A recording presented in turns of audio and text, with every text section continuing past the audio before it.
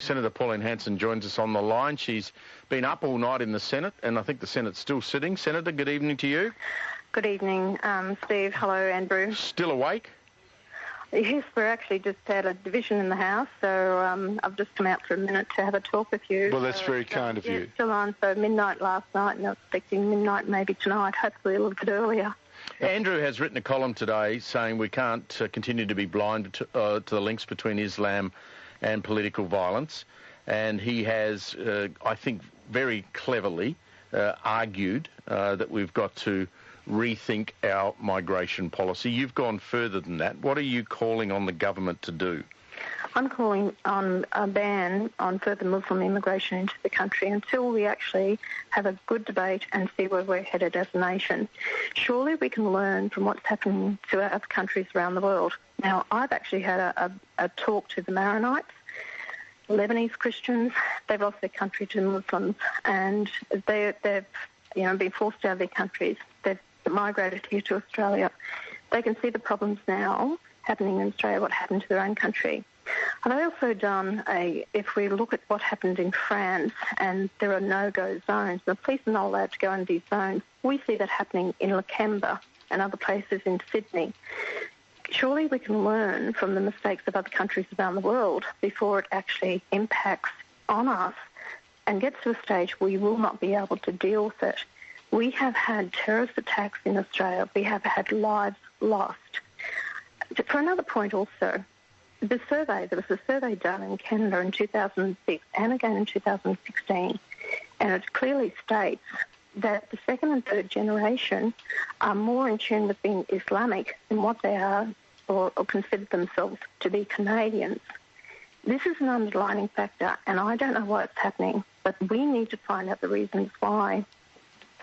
Well, Pauline, I don't know whether you get the same idea here. Like, you're obviously getting pilloried yet again for, saying all this stuff.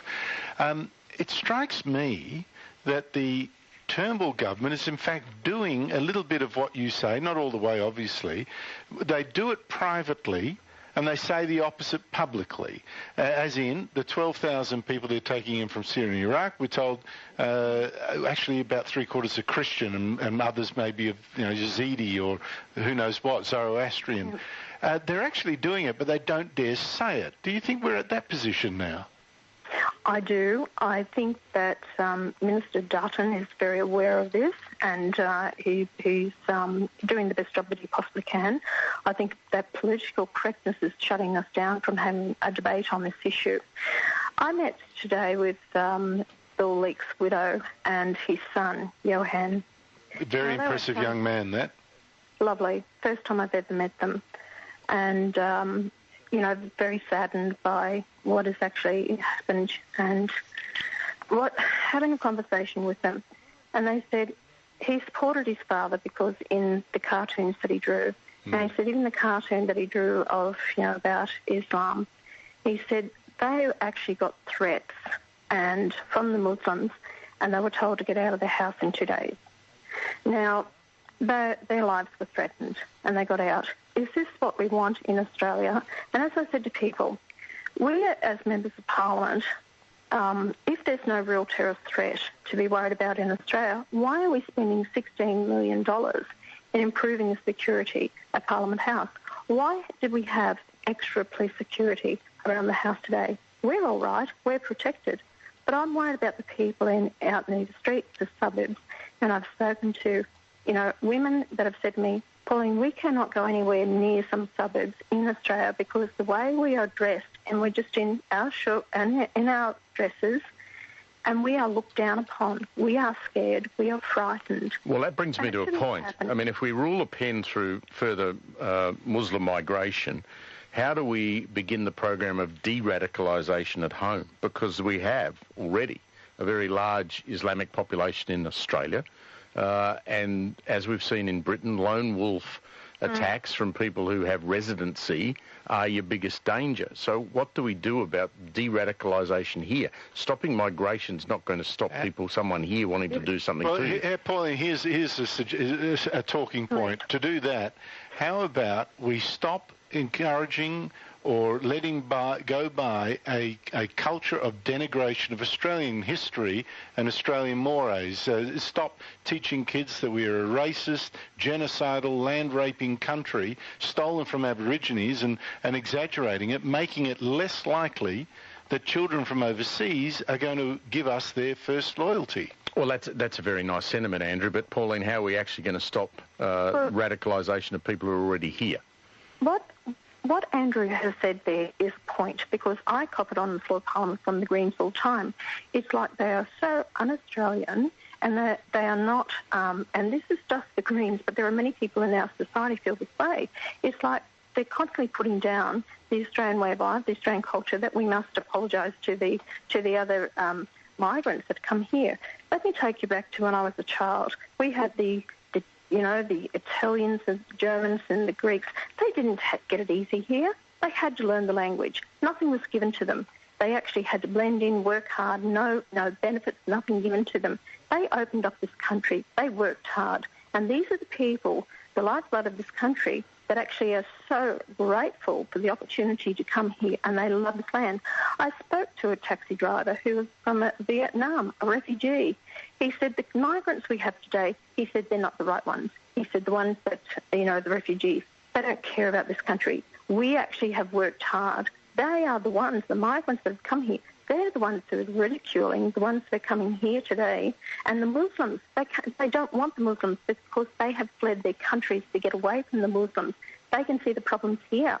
Why do you think the Maronites are contacting me?